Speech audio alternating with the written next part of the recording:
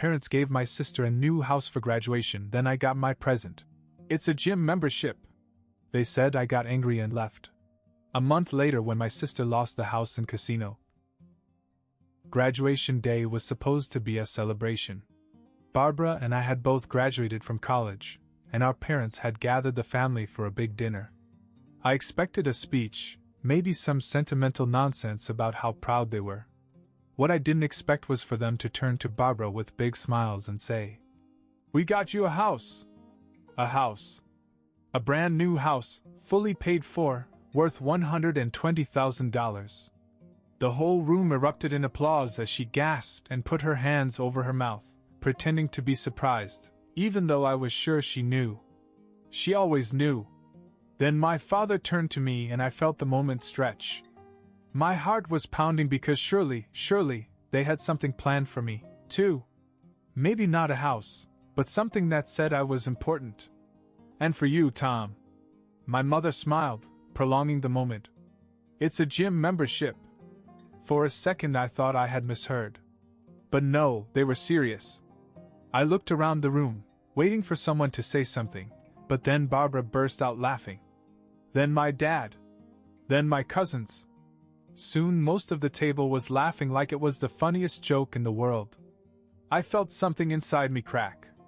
I pushed back my chair, stood up, and said, "Are you kidding me?" That only made them laugh harder.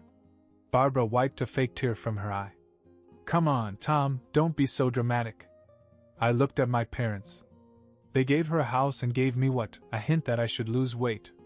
My mom sighed as if I was embarrassing her. "It's for your health, Tom. You should be grateful." Barbara leaned back in her chair and smiled. "Yes, Tom. Maybe if you go to the gym, you'll earn yourself a house someday." That was it. I turned to my uncle, the only one who wasn't laughing. He shook his head slightly, as if he couldn't believe what he was seeing. I grabbed my coat, looked at my parents and said, "You know what? Keep your gym membership." Then I looked at Barbara. "Enjoy your house while it lasts." And I walked out. I made a decision that night. I was done living under her roof. I had saved enough to get my own place. It wouldn't be fancy, but it would be mine. A month passed. I moved into my apartment and cut off contact with them. Barbara spent those weeks throwing parties at her new house and calling me sometimes just to rub it in. "Hey, how's the apartment? Must be so cute and tiny." Then one night my phone buzzed. "Barbara." I ignored it. She called again. Then my mom called. Then my dad. Finally I picked up the phone, and my mom's voice was desperate. Barbara had lost the house. Lost it? I thought maybe she had been robbed or had some kind of disaster. But no. She had lost it in a casino. She had this brilliant idea of doubling her money. She didn't tell anyone, just went into a high-stakes game and kept betting until she had nothing left. She didn't just lose her life savings. She literally signed over the house as collateral for a massive bet and lost. Just like that, it was gone. I almost laughed. Not out of cruelty, but because it was so absurd. My father said, "We need your help." I knew where this was going. "She's homeless now. We need you to help us pay her rent until we get this straightened out." I hung up. The next day, Barbara showed up at my apartment. She wasn't laughing anymore. She stood in the hallway looking miserable and said she had nowhere else to go. I reminded her that she had a gym membership. She kept coming back. Every day, knocking on my door begging. My parents kept calling, pressuring me, making it seem like it was my responsibility. "You're her brother. Family takes care of family." I asked them where that attitude was when they gave her a house and gave me a glorified voucher. Things escalated. My dad started telling relatives that I was selfish. My mother cried that I was making my own sister suffer. But my uncle, the only sane person in the family, stepped in. He told my parents to back off. He told Barbara to deal with her own mess. He made it clear that if they didn't leave me alone, he would make sure everyone in the extended family knew exactly how they were treating me. My father hated that. He stormed off, but they eventually stopped calling me. Barbara finally found an apartment. Not a house, just a tiny apartment. She had to get a second job to afford it. Last week she called again, acting all nice, asking if we could have lunch. I told her I was busy. I guess she finally realized that if you spend your whole life laughing at someone, they won't feel bad when you lose. A few weeks went by, and I thought things had finally calmed down. No more calls from my parents, no more knocks on my door from Barbara. I was enjoying the peace. Then, one night, I came home from work, and as I walked up to my apartment building, I saw someone sitting on the stoop. It was Barbara. She looked terrible. Her usually perfect hair was a mess, and her expensive clothes were wrinkled as if she had slept in them. She got up when she saw me. "I have nowhere to go," she said. I sighed. "Not my problem." She followed me up the stairs. "Come on, Tom. Just for a few nights." "No." She grabbed my arm. "Please." I shook her off and unlocked my door. "You have friends. Go to them." She hesitated. Then, in a low voice, she said, "They won't return my calls." That made me pause. Barbara had always surrounded herself with people, but now I realized they weren't real friends. They were there for the parties, the free drinks, the fancy house. Now that she had nothing, they were gone. But that wasn't my problem. I went inside and closed the door. The next morning, she was still there. Sitting in front of my building, wrapped in a thin jacket, looking miserable. I ignored her and went to work. That night she was gone. I thought that was the end of it. But then strange things began to happen. One night I went to get food out of the fridge and noticed that things were missing. Just little things at first. A soda I swore I hadn't drunk. A box of instant noodles gone. Then one day, my leftovers from last night's dinner were gone. I lived alone. I started paying attention. I checked the locks. Everything seemed normal. But then I noticed something strange. The window in my tiny laundry room, the one I never opened, wasn't locked. I had a bad feeling. That night, I set up my cell phone to record the kitchen. The next morning, I reviewed the footage. At 2 a.m., the laundry room window slid open and Barbara climbed in. I stared at the screen in shock. She crept into the kitchen, opened my refrigerator, and started eating. Then she grabbed a blanket from my closet, curled up on the floor, and went to sleep. She had been sneaking in for days. I confronted her that night. She denied it at first, but when I showed her the video, she broke down. She had been sleeping in her car, too ashamed to ask our parents for more help. She said she was desperate. I told her she had 1 hour to get her things and leave. She left, but my parents found out. They were furious. My dad called and yelled at me for being a heartless, selfish brother. My mom said I was cruel for letting my own sister sleep on the street. I told them I wasn't the one who gambled away her house. A few days later, I got a call from my uncle. He wasn't surprised. He told me something I didn't know. My parents had given Barbara everything since we were kids. When she wrecked her first car, they bought her another without a second thought.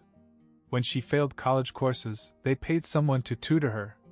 Every mistake she made, they covered for her. "She's never had any consequences, Tom," he said. "Maybe it's time she learned." Then came the biggest surprise of all. Barbara was arrested. It turned out that she had gotten desperate enough to try to steal from a store. She got caught. My parents bailed her out, of course, and instead of blaming her, they blamed me. They said that if I had just helped her, she wouldn't have been forced to steal. That was it. I was done. I blocked them all. Months went by. I got a promotion at work, moved to a better apartment, and finally felt free. I heard bits and pieces through my uncle. Barbara was struggling. My parents still made excuses for her, but they had finally stopped bothering me. Then one day I got a text from an unknown number. "I'm sorry, Barbara." I didn't reply. Sometimes people only realize what they had when they lose it all. A few months went by, and life was finally quiet. No more phone calls, no more guilt trips. Barbara was working 2 jobs to afford her tiny apartment, and my parents had stopped trying to blame me for their mess. Or so I thought. One night I came home to find Barbara sitting on the steps outside my apartment building. She looked unkempt, her hair a mess, dark circles under her eyes. She was scrolling through her phone, pretending she wasn't waiting for me. I sighed. "What do you want?" She stood and brushed herself off. "I just need to talk." I didn't answer, just unlocked my door and stepped inside. She followed. "Look, I know I messed up," she said, pacing my living room. "I was stupid, I get it. But I can't do this anymore, Tom. I can't work 2 jobs, I can't live in this shoebox of an apartment." "So what, you want me to pay for a bigger place for you?" She hesitated. "No. I mean, I don't know. I think I should move back home." I laughed. A full, genuine laugh. "Great. Go tell Mom and Dad. I'm sure they'll welcome their golden child back with open arms." She folded her arms. "I did. They said no?" That took me by surprise. She sighed and sat down on my couch, rubbing her temples. "They said they didn't have the space. They didn't want me bringing my bad choices into their home. Mom literally said, 'You had a house and you lost it, so figure it out.'" I stared at them. "You mean the same people who begged me to help you? The same people who called me selfish?" She nodded. "Yes. As soon as they realized that bailing me out wasn't an option, they dropped me. For a moment I almost felt bad. Almost. Then she looked at me. I was hoping maybe I could stay here for a while. Just until I got back on my feet." I didn't even hesitate. "No." Her jaw clenched. "Come on, Tom. I wouldn't be here if I had other options." "You had options," I said. "You had a house. You could have lived comfortably for years. But you laughed at me, rubbed it in my face, and gambled it away like an idiot. And now that Mom and Dad won't help you, you suddenly remember I exist?" Her face contorted in frustration. "You don't have to be such a jerk about it." "Yes, I do," I shot back. "Because you would never have done that for me. If the roles were reversed, you'd be laughing about this." She looked away, her jaw clenched. She knew I was right. After a few moments of silence, she stood up. "Fine. I'll think of something else." She stormed for the door. "But don't act like you're better than me. You think just because you have a crappy little apartment, you're on top of the world? News flash, Tom, Mom and Dad don't care about you either. They only tolerate you because you're not a burden." She slammed the door behind her. I thought that was the end of it. But the next day I got a call from my mother. "Tom, what did you say to your sister?" She called us crying. I laughed. She showed up at my house expecting me to fix her life. I told her no. Mom sighed dramatically. "Tom, she's your sister. You need to be there for her. You weren't there for her." "Why should I be?" There was a long pause. "This isn't about us. It's about family." I cut her off. "Oh, now it's about family? Where was that energy when you were giving out houses?" She started to say something, but I hung up. The real chaos began a few days later. Barbara, apparently having decided that I wasn't going to help her, had gone back to our parents' house anyway. She showed up unannounced and demanded that they let her move back in. When they refused, things got ugly. She screamed at them. Called them hypocrites. Told them they had spent their whole lives coddling her and now, when she actually needed them, they were turning their backs on her. Then this was the part that shocked me: she told them they were terrible parents. My mother lost it. She screamed back that Barbara was ungrateful, that she had ruined everything they had given her, that she had embarrassed the family. My dad, who was usually the calmer one, told her that maybe it was time for her to learn to stand on her own 2 feet. Barbara didn't take it well. She picked up a decorative vase from the table and threw it against the wall. It shattered. That was the last straw. My dad grabbed her arm and dragged her to the door, yelling that if she ever did anything like that again, she'd never be welcome back. Barbara left. And somehow, instead of blaming her for her actions, my parents turned it on me. "If you'd just let her stay with you, My mom snapped over the phone later, this wouldn't have happened. I laughed. Oh, so now she's my problem again? What happened to working it out? We're your parents, Tom. You should do what we tell you. I almost felt sorry for them. They had spent their whole lives playing favorites, shaping Barbara into someone who thought she could do no wrong. And now that it had backfired, they had no idea what to do with her. I told them I was done. I wasn't going to pay Barbara's rent. I wasn't going to fix her mistakes. I wasn't going to be part of their family drama anymore. That's when my uncle stepped in again. He called me that night. You need to set some real limits, Tom. They're never going to stop until you do. I told him I already had. Good. Because if they keep this up, I'm getting involved. I don't care if it ruins our family's reputation. I don't know exactly what he said to them, but after that, my parents stopped calling. Barbara stopped showing up. It was the quietest my life had been in years. Then, a week later, I got a text message from Barbara. I hope you're happy. You got what you wanted. I didn't reply. Because, honestly? Yes. I was happy. Things were peaceful for a while. No more phone calls, no more guilt trips, no more Barbara showing up at my door looking for a way out. I thought maybe they had finally learned their lesson. I should have known better. It started with a message from my father. Just a casual "Hey, call me when you get a chance." I ignored it. I knew that nothing good ever came from those messages.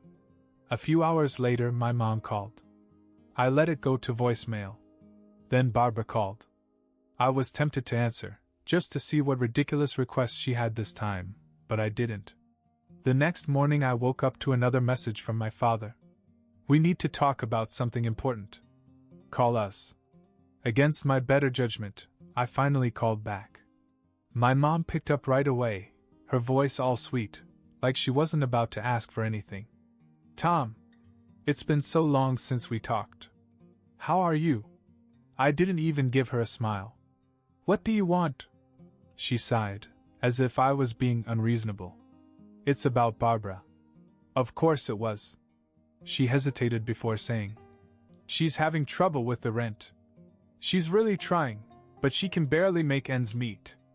We thought. I cut her off. No. She got defensive. You don't even know what I was going to say. I do, I said. You were going to ask me to help you pay your rent. And the answer is no. She huffed. Tom, she's your sister. She's family. She just needs a little help until she gets back on her feet. Like the house you gave her? The one she lost in a casino?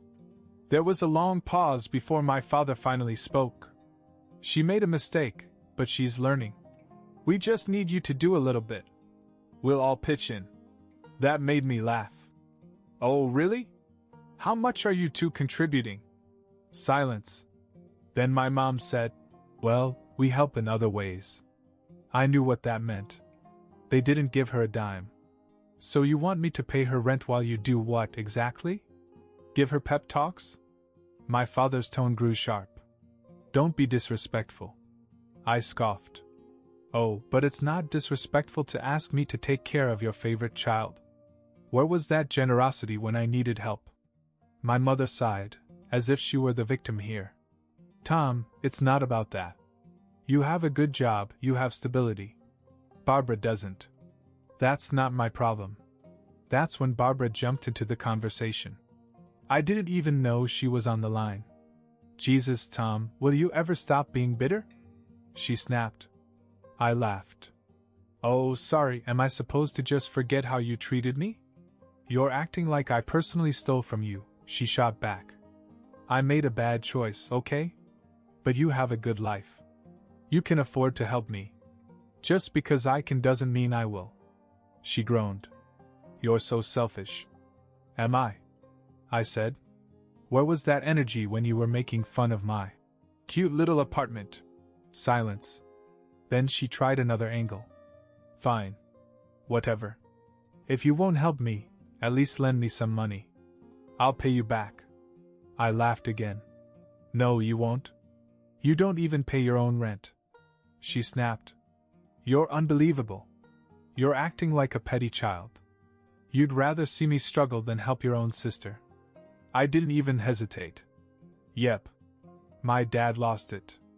Tom, enough. We raised you better than this. That pissed me off. No, you didn't. You raised me to be the backup plan. And guess what? I quit. I hung up. Over the next few days, they kept calling. Sometimes it was my mom, sometimes my dad, sometimes Barbara. I ignored each one. Then my uncle called. They say you're refusing to help Barbara. That you're being cruel. I sighed. And what do you think? He chuckled. I think they're panicking because their golden child has finally run out of luck. And I think you're right to tell them no. That was all the confirmation I needed. The next day I got a final text from Barbara. You're going to regret this. I blocked her number. I thought that was the end of it. But a week later, something happened that changed everything. A week after I blocked Barbara, I started getting strange mail. At first, I ignored it, but when I finally opened one of the letters, my stomach dropped. It was from a bank I didn't recognize, about a loan I had never taken out. Someone had taken out a huge loan in my name. I checked the details, and there it was, my parents' home address. I drove straight to their house, not bothering to call ahead. My mom opened the door with a nervous smile. I held up the letter. Explain. She glanced at my dad. Tom, we were going to tell you. When? After I got sent to collections? My dad sighed. It's just a loan, Tom. We needed a little help. With what? Paying for Barbara's mess? Barbara stepped outside, arms crossed. You're overreacting. I almost laughed. You stole my identity, and I'm the one overreacting? My mom grabbed my arm. We raised you. Don't you think you owe us something? That hit me. Owe you? My dad crossed his arms. You're acting selfish. We knew you'd never help willingly. I pulled out my phone. You have 48 hours to fix this, or I call the cops. They panicked. 2 days later, the loan was paid off. I didn't ask how. I locked down my credit, blocked their numbers, and cut them off for good. That was over a year ago. Now I live my own life. My credit is fine, my job is stable, and I don't waste a second thinking about them. Barbara, though? She's drowning in debt. My parents finally realize she's a burden, but instead of taking responsibility, they just complain. And now they call me. Not to ask for money, at least not directly. They want me back. The good son. The stable one. The backup plan.